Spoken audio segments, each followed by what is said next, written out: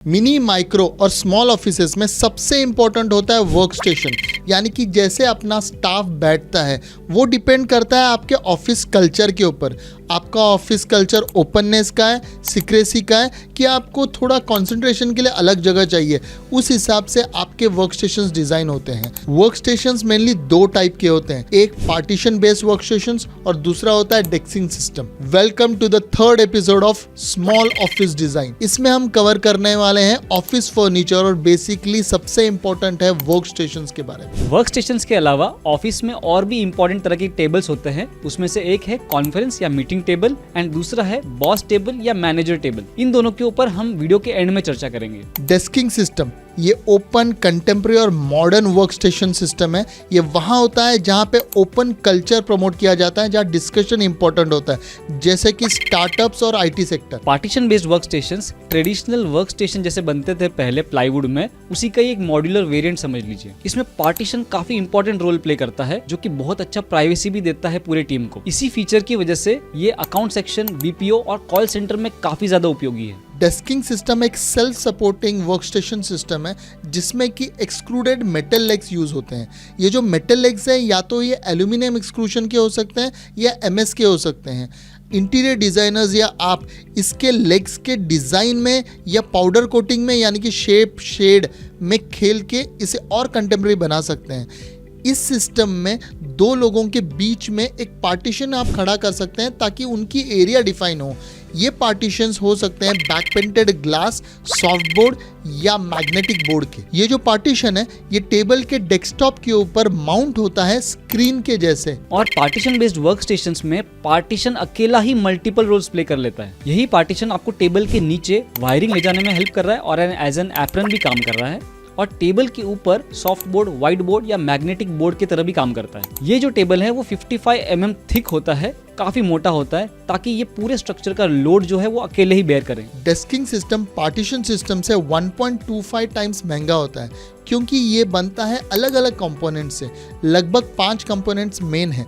एक है उसके एक्सक्लूडेड लेग्स, दूसरा है उसका वर्क काउंटर, तीसरा है बीच में जो पार्टीशन स्क्रीन होती है वो एक स्क्रीन, फिर है केबल ट्रे, रेसवे, इलेक्ट्रिकल रेसवे, पांचवा है एप्रन जो कि दो लोगों के बीच में लेग्स को सेपरेट करने में मदद करता है। पार्टीशन बेस्ड सिस्टम में ये सारी चीजें पार्टीशन के ऊपर कंसील हो जाती हैं, जैसे कि रेसवे, सॉफ्ट बोर्ड, स्क्रीन या वो एप्रन को भी एक्ट करता है।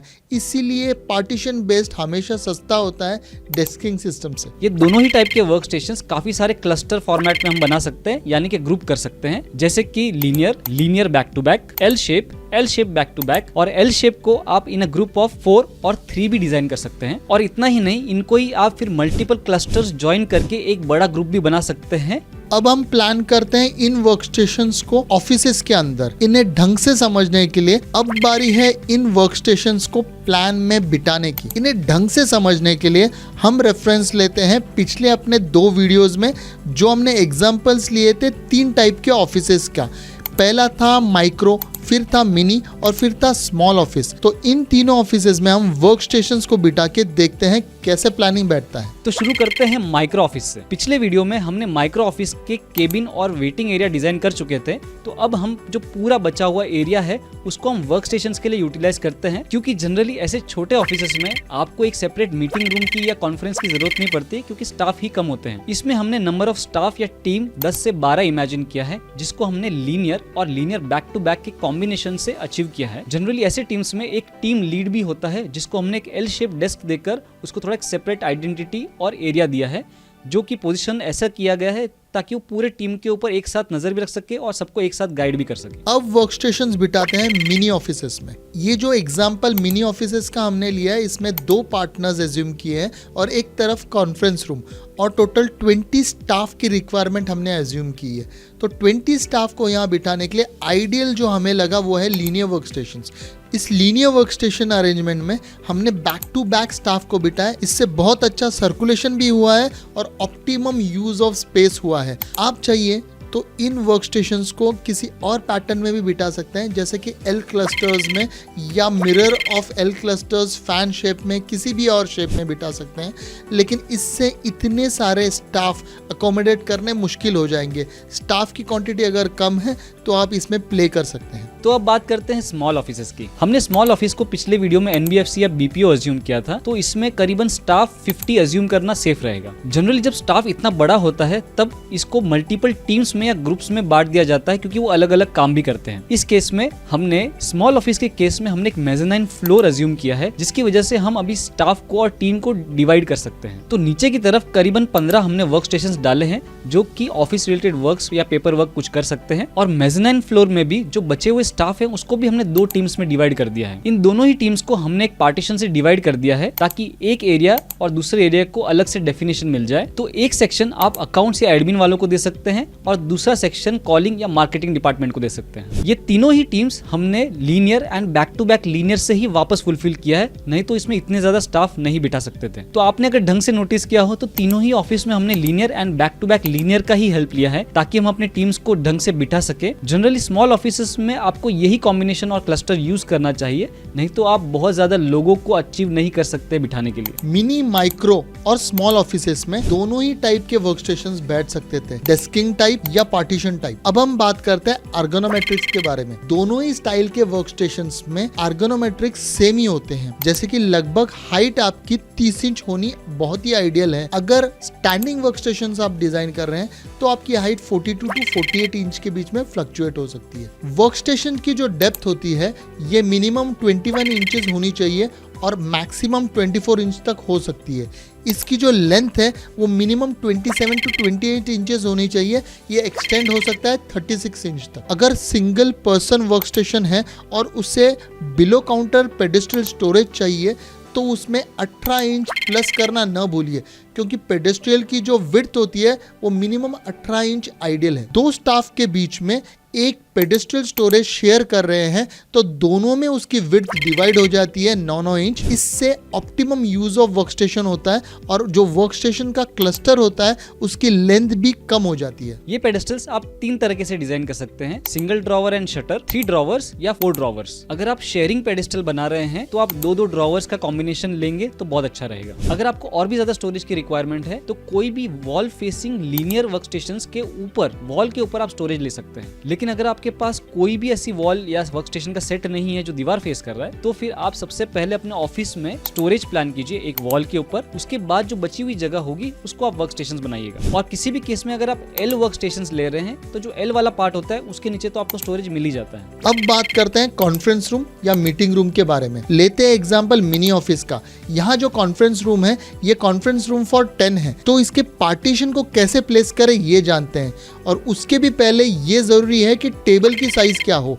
तो किसी भी कॉन्फ्रेंस रूम के टेबल की जो विड्थ होती है वो आइडियली 36 इंच ठीक है, लेकिन मिनिमम 30 इंचेस तो होनी ही चाहिए। अभी कॉन्फ्रेंस टेबल के लेंथ को डिराइव करते हैं। लेंथ को डिराइव करते हैं नंबर ऑफ कॉन्फ्रेंस रूम के पीपल के ऊपर।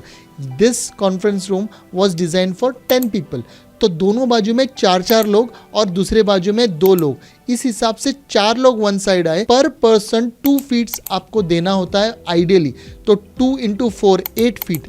तो ये हमारा जो मिनी ऑफिस का कॉन्फ्रेंस रूम का टेबल है ये 36 इंच बाय 8 फीट होता है। अब बात करते हैं कॉन्फ्रेंस रूम की डायमेंशंस कैसे हम डिराइव करें। कॉन्फ्रेंस रूम का जो टेबल है वो रूम के सेंटर में प्लेस करना बहुत ज़रूरी है, और उस टेबल के एज से आपका जो पार्टीशन का डिस्टेंस है वो मिनिमम 3 से 3.5 फुट होना चाहिए, ताकि बाजू बाजू में सर्कुलेशन स्पेस बहुत अच्छी तरह मेंटेन हो। आगे बढ़ते हैं मीटिंग रूम की तरफ। मीटिंग रूम एक छोटा कॉन्फ्रेंस रूम कह सकते हैं। इसमें रेक्टेंगुलर टेबल आप ले सकते हैं या सर्कुलर टेबल भी ले सकते हैं। जो रेक्टेंगुलर टेबल है उसकी मिनिमम विड्थ की तो हमने चर्चा की थी, ये 30 इंच के आसपास हो ही सकता है, और इसकी जो लेंथ है वो 4 से 5 फुट तक होना बहुत ही आइडियल है। दूसरा, हम मीटिंग रूम में राउंड टेबल भी बिठा सकते हैं, लेकिन राउंड टेबल में ऑप्टिमम यूज ऑफ स्पेस नहीं होता जितना अच्छा फंक्शन रेक्टेंगुलर टेबल देता है। तो अब बात करते हैं केबिन डेस्क के बारे में। ये जो केबिन डेस्क है वो बॉस के और मैनेजर के दोनों के हो सकते हैं, लेकिन दोनों में ही स्ट्रक्चर वाइज कोई मेजर डिफरेंस नहीं है, सिर्फ कलर, शेप और साइज का ही फर्क हो सकता है। हमने पिछले वीडियो में केबिन के बारे में बहुत सारा डिटेल्स कवर कर चुके थे, इंक्लूडिंग टेबल का साइज, लेकिन केबिन के टेबल के ऊपर दो इंपॉर्टेंट पहलू डिस्कस कर लेते हैं। पहला है एप्रन। एप्रन यानी कि टेबल के नीचे की तरफ आपके और विजिटर के पैरों के बीच में एक डिवाइडर की तरह वो एक्ट करता है। इसको भी सही तरह से प्लान करना जरूरी है। तो मान लेते हैं आपके टेबल का डेप्थ है 24 इंच, तो आप अपनी तरफ थोड़ा ज्यादा स्पेस रख सकते हैं एंड फिर उस डिवाइडर को प्लेस कर सकते हैं लगभग 15 से 18 इंच, और विजिटर की तरफ से करीबन 6 से 9 इंच भी रखा तो भी काफी सफिशिएंट हो जाता है, उनके पैरों को आराम रहेगा। वैसे अगर आप अपना स्टोरेज जो है एल शेप बना रहे हैं तो जो साइड क्रेडेंजा है एल शेप में वो आपका काफी अच्छा स्टोरेज आपको प्रोवाइड कर देता है। लेकिन अगर आपके केबिन का डेप्थ थोड़ा ज्यादा है तो आप अपने पीछे की तरफ भी थोड़ा स्टोरेज और ले सकते हैं। सो इस पूरे डिस्कशन से हमारा प्लानिंग फेज खत्म हो जाता है, लेकिन ऑफिस में और ऐसी इंपॉर्टेंट चीजें होती है जिसके बिना ऑफिस इंटीरियर्स कंप्लीट नहीं हो सकता है। वो हम कवर करेंगे नेक्स्ट वीडियो में, जिसमें हम बात करेंगे fall ceiling, electrification, lighting, AC और प्लम्बिंग के बारे में। वो वीडियो आपको देखने यहाँ मिल जाएगा। और जाने से पहले अगर आपके मन में कोई भी डाउट है प्लानिंग के लिए तो आप कमेंट सेक्शन में हमें रीच आउट कर सकते हैं, हम डेफिनेटली उसका जवाब दे देंगे। और जाने से पहले सब्सक्राइब करना मत भूलिए।